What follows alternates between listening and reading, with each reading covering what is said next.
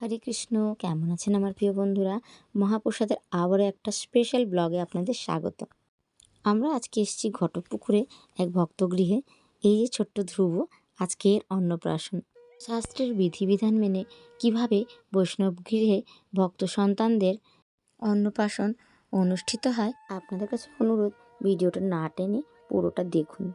এখন ধ্রুব মহারাজের মালা বদল হয়ে গেছে, তাই সকাল সকাল জলসই এনেছে। এখন কলাতলায় ওকে স্নান করানো হবে। এখন শঙ্খধ্বনি আর উলুধ্বনির সাথে ওকে মালা পরিয়ে দেওয়া হলো। এরপর ওকে বরণ করে নিয়ে গায়ে হলুদ হবে। এরপর ওকে ধান দুব্য দিয়ে আশীর্বাদ করলো তার ঠাকুমা। এই পুরো অনুষ্ঠানটি 5 জন স্ত্রী মিলেই করছে।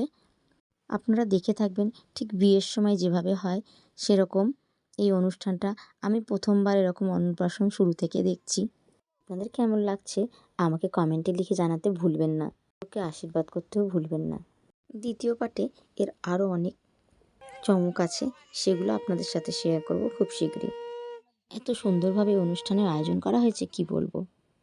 আপনাদের কাছেও প্রার্থনা করি আপনারা একে আশীর্বাদ করুন।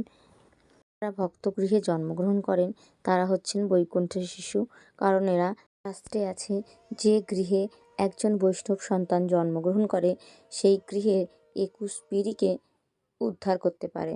আপনারা কে কোথা থেকে ভিডিও দেখছেন সেটাও আমাকে কমেন্টে জানাতে পারেন।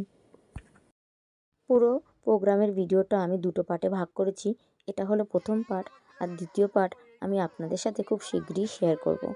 এই যে এখন কলসির জল দিয়ে ওকে স্নান করানো হবে। স্নান শেষ করে এখন ওকে আমরা উপরে নিয়ে যাচ্ছি, তারপর ওকে তৈরি করে নিয়ে আসবো। এই যে তৈরি হয়ে দাদুর সাথে বকবক করছে, ছোট্ট গোপালের মতো সেজে এসছে, কি সুন্দর দেখাচ্ছে। ভগবানের কাছে প্রার্থনা করি এর দীর্ঘায়ু হোক, যশস্বী হোক, শুদ্ধ বৈষ্ণব হোক। এখন নিঃসিংহযজ্ঞ হবে। আপনাদের সাথে খুব শীঘ্রই দেখা হবে। হরে কৃষ্ণ।